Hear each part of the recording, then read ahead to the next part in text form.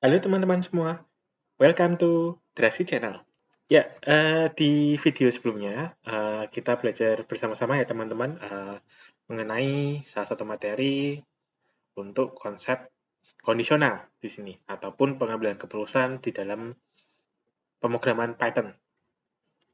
Nah, untuk kali ini kita akan belajar kembali bersama-sama mengenai materi yang akan kita bahas di video kita hari ini, yaitu tentang konsep looping di sini ataupun konsep perulangan di dalam sebuah pemrograman. Nah, sebelum kita masuk ke materinya, jangan lupa untuk like, share, komen, dan subscribe ya. Dan sekarang, mari kita masuk ke materinya. Ya, untuk materi kita hari ini, kita akan membahas bersama-sama mengenai konsep looping ya teman-teman di sini. Nah, di sini pun untuk konsep looping sendiri, kita akan membahas bersama-sama di sini. Kita akan membuka situs dulu. Nah, di sini kita akan belajar sama-sama mengenai konsep looping di sini. Looping.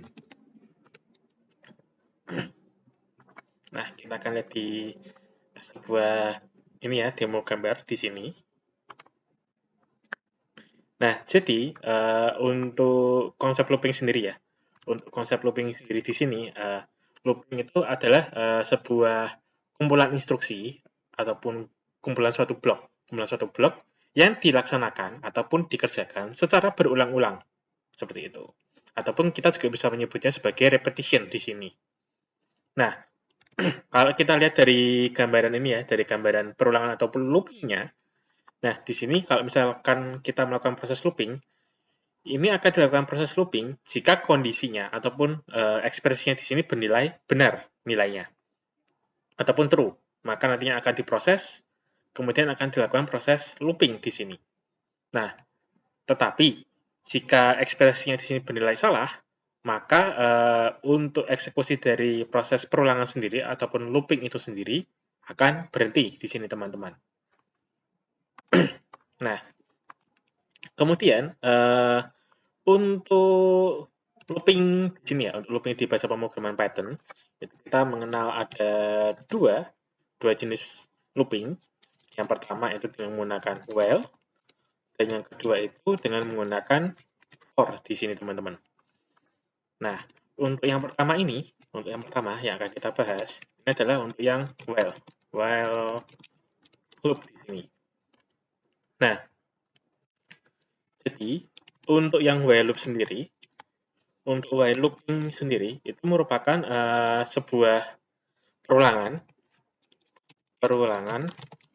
yang dimana yang akan mengulang pernyataan ataupun kita menyebutnya sebagai statement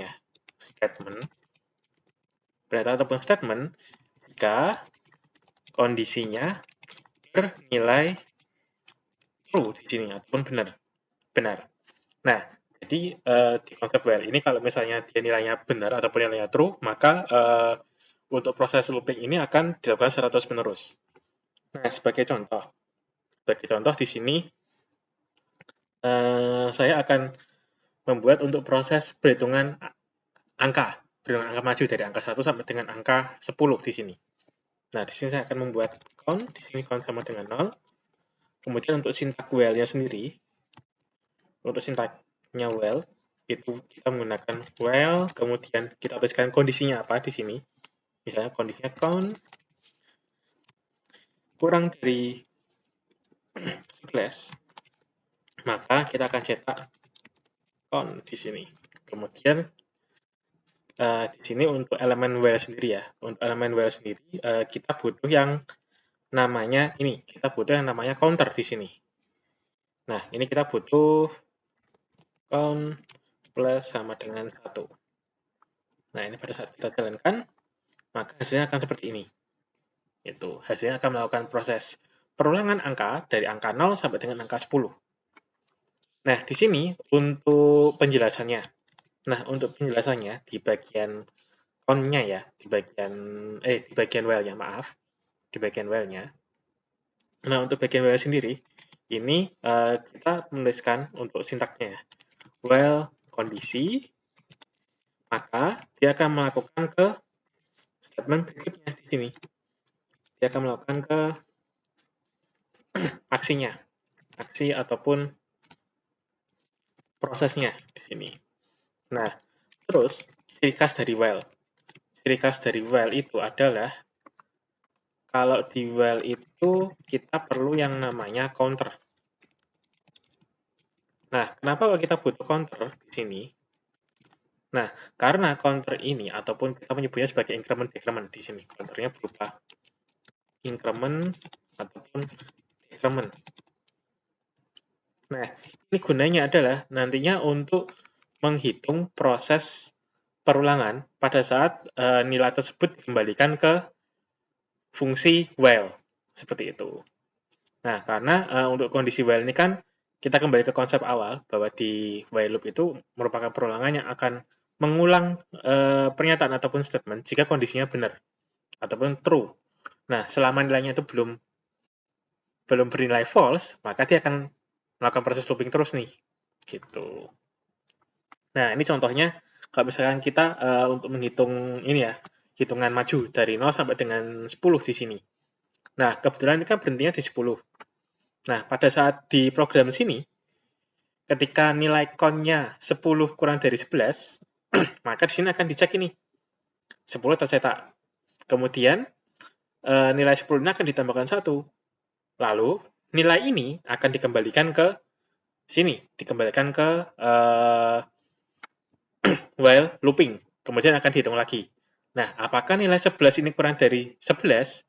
Dan ternyata, ya. Maka, nilai 11 ini akan berhenti ataupun tidak akan dicetak di dalam proses while. Seperti itu, teman-teman.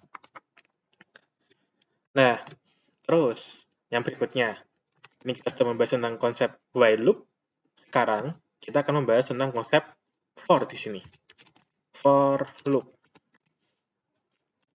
Nah, untuk for loop sendiri, kalau untuk for loop ini merupakan perulangan yang akan melakukan perulangan setiap elemen pada kumpulan data. Nah, biasanya untuk kumpulan datanya ini tuh dalam bentuk ini ya, dalam bentuk array, kemudian dalam bentuk list, dalam bentuk dictionary, dan juga dalam bentuk ring juga, seperti itu.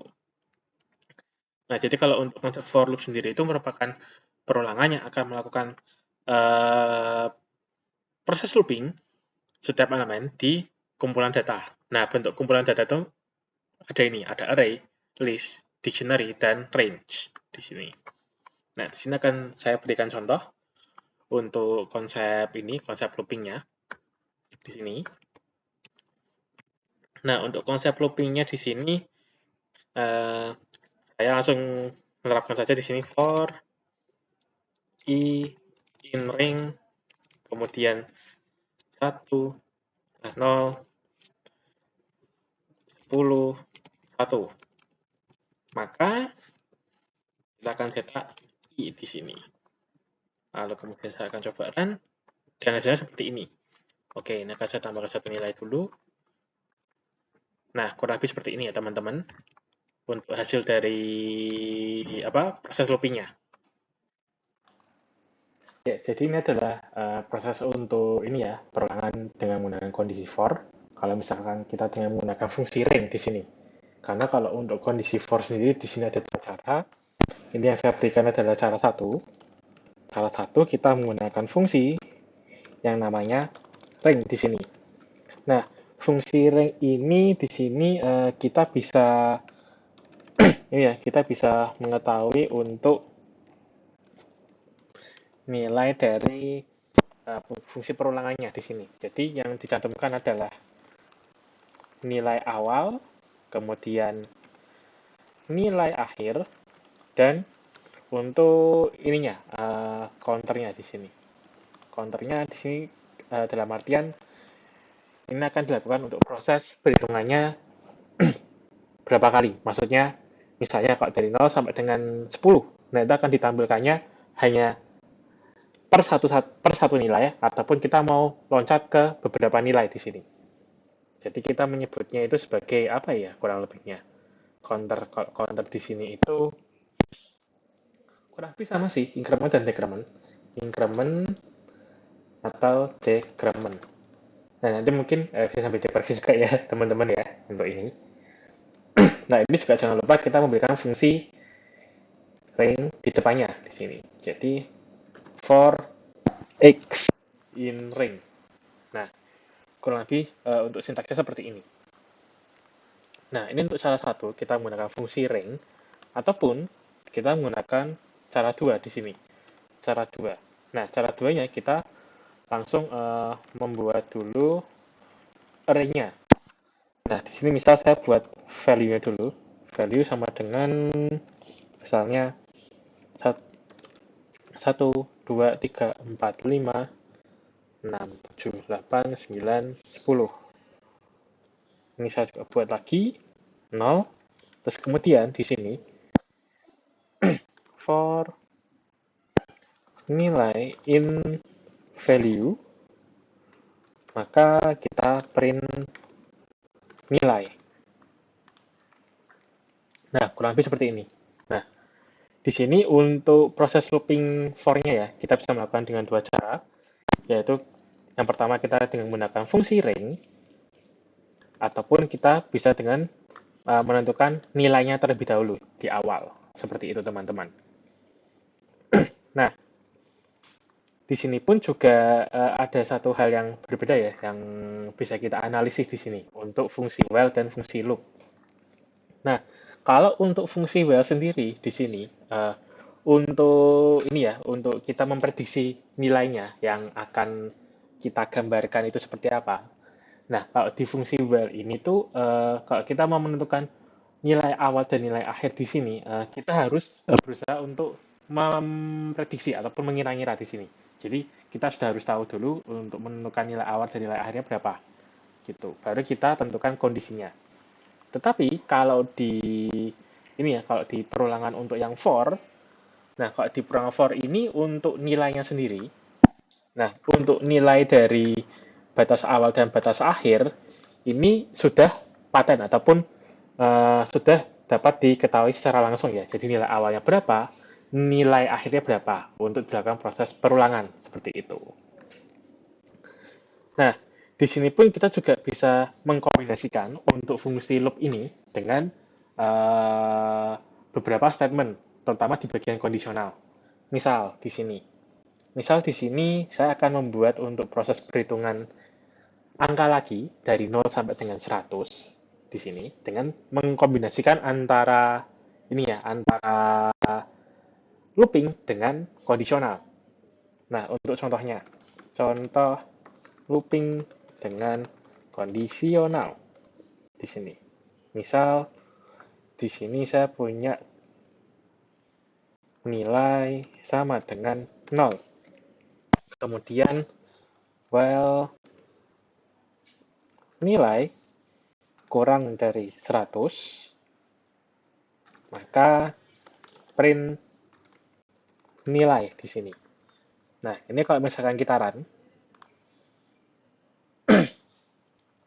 oh, ini saya belum kasih ini ya, saya belum kasih apa nilai counternya. Nah, jadi kalau misalnya kalian kita belum kasih nilai counter di sini, nah maka untuk nilai dari ini ya, nilai dari loopingnya di sini akan berjalan terus nih teman-teman.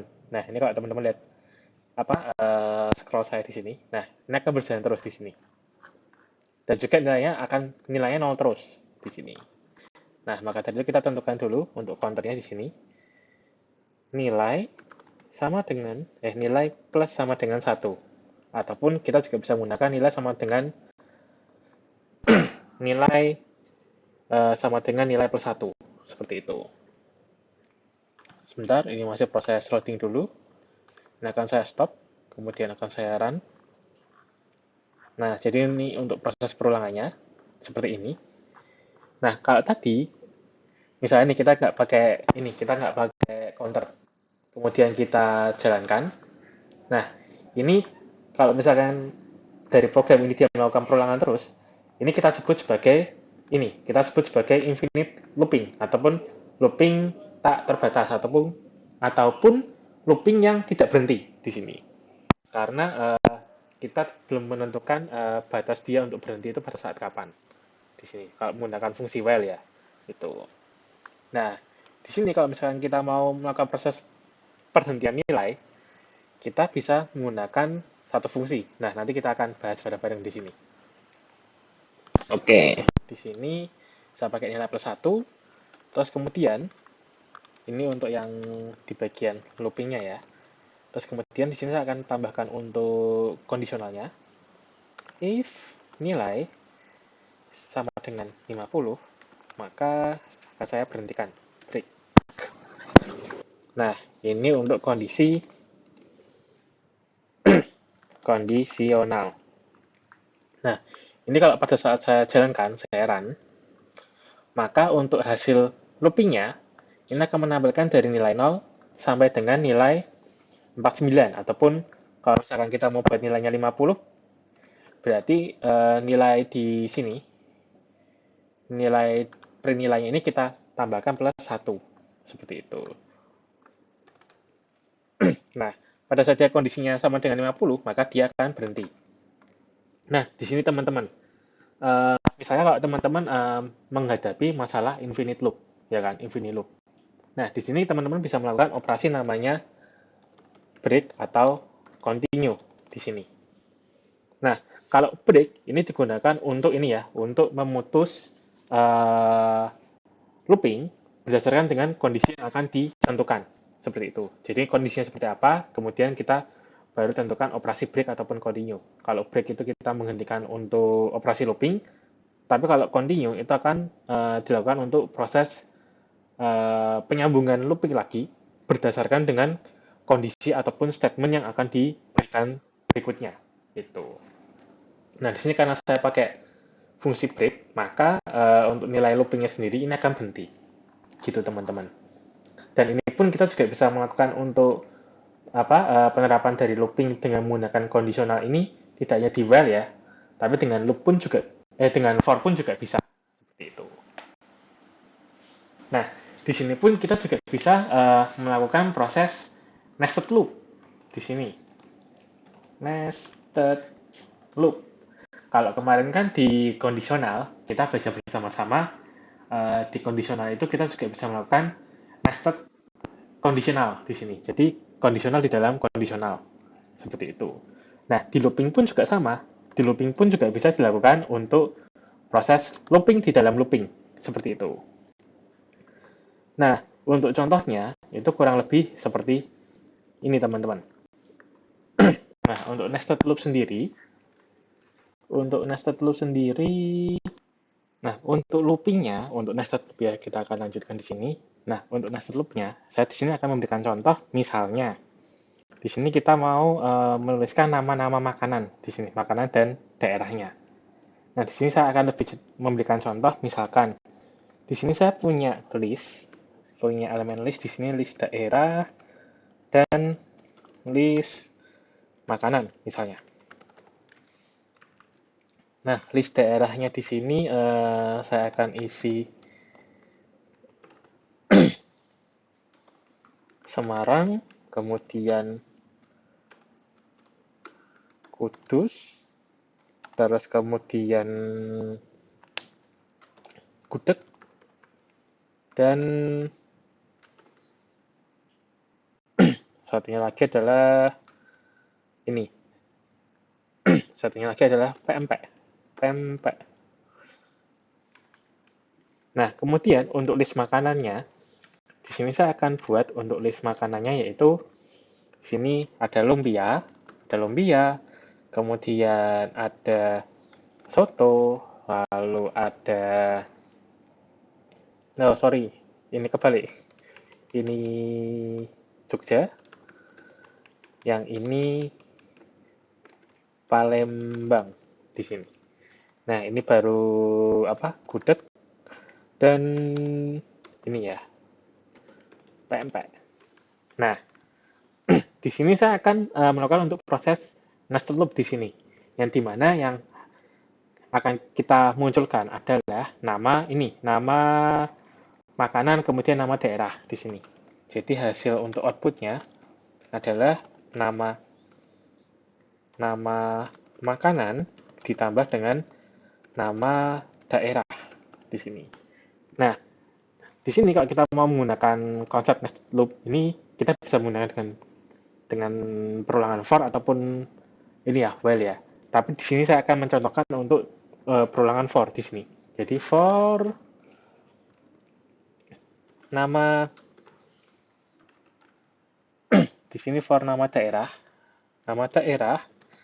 in list daerah. Kemudian yang keduanya kita akan buat for lagi. For nama makanan in list makanan di sini. Nah, baru di sini kita akan cetak print. Kemudian di sini saya mau menampilkan yaitu nama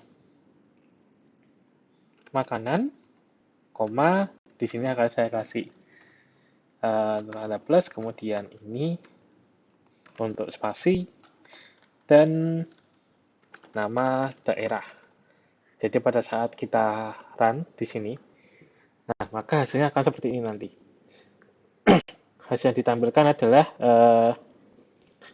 nama makanannya, kemudian nama daerahnya. Nah, cuma ini saya cek dulu di sini adakah sedikit kesalahan untuk penamaannya.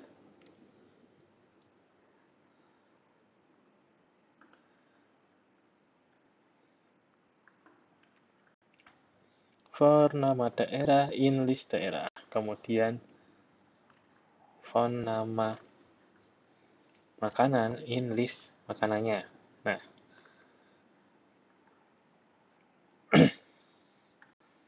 oke, jadi seperti ini. Untuk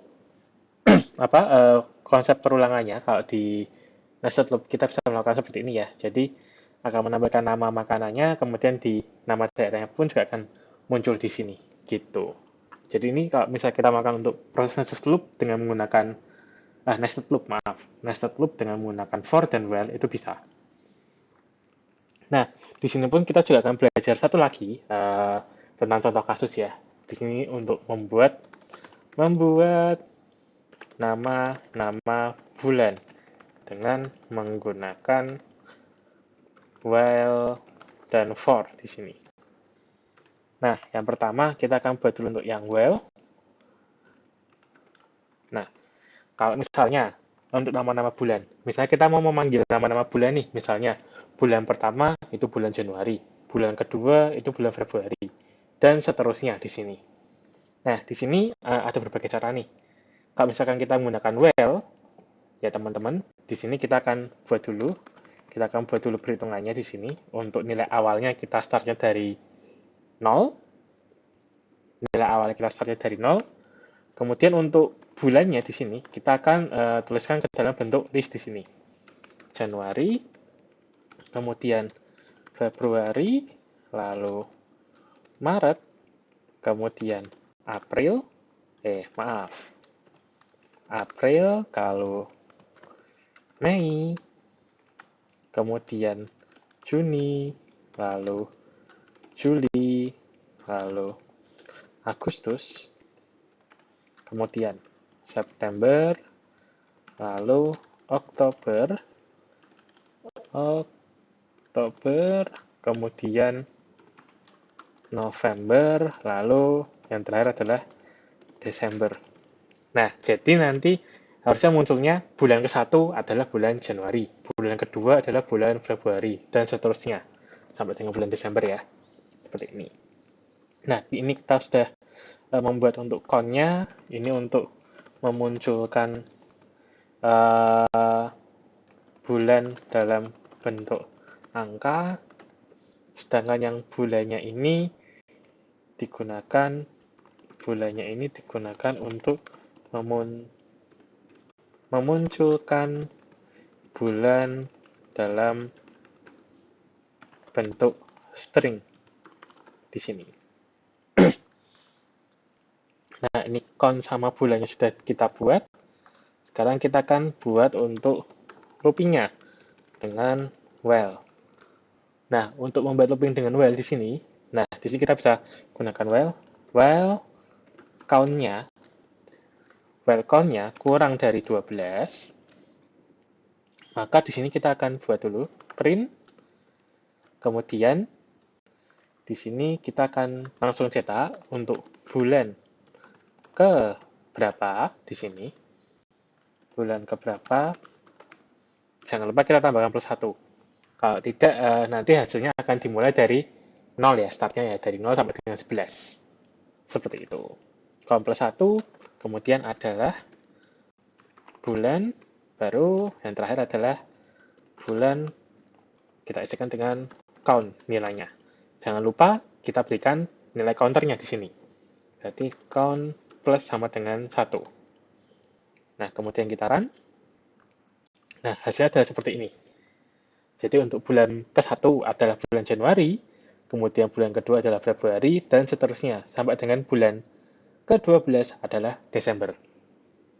Nah, ini kalau kita studi kasus dengan menggunakan while ya di sini ya, untuk memunculkan nama-nama bulan di sini. Nah, sekarang untuk yang kedua, kita akan menggunakan for untuk memunculkan nama bulan. Nah, ini mungkin ada beberapa code yang akan saya copy sedikit di sini. Untuk yang bulan ini akan kita copy. Nah, ini akan kita copy dulu. Karena yang akan kita panggil ada dari bulannya. Terus kemudian baru kita masuk ke for di sini. For counts in ring, kemudian kita berikan nilainya adalah 0, lalu nilai awalnya 0, kemudian nilai akhirnya itu 12, dan untuk loncatannya itu sebanyak 1. Ya, jadi nanti dari nilai 1, 2, 3, 4, dan seterusnya. Itu yang akan kita munculkan. Nah, baru kita cetak di sini. Print. Nah, ini printnya juga mungkin saya akan copy dari sini. Jadi seperti ini. Nah, ini kalau misalnya kita run lagi. Oke. Sebentar. Ini ada kesalahan sedikit di sini. Index it's out of range. Oke, ini saya buat I aja. Ini saya buat I. Terus kemudian ini I. Ini di sini saya buat ke I. Nah, rapi seperti ini. Nah, kalau tadi ini untuk variabel count-nya ketumpuk sama yang di atas ya. Itu. Maka saya buat ke variabel yang berbeda di sini. Yaitu kita dengan menggunakan I. Nah, jadi untuk konsep looping dengan for untuk memunculkan nama-nama bulan, kurang lebih seperti ini teman-teman. Oke, jadi untuk pertemuan kita hari ini sampai di sini dulu. Dan jangan lupa teman-teman nanti untuk materi berikutnya kita akan lanjutkan di video berikutnya ya. Terima kasih teman-teman yang sudah menonton dan jangan lupa untuk like, share, komen, dan subscribe juga ya. Dan happy coding teman-teman!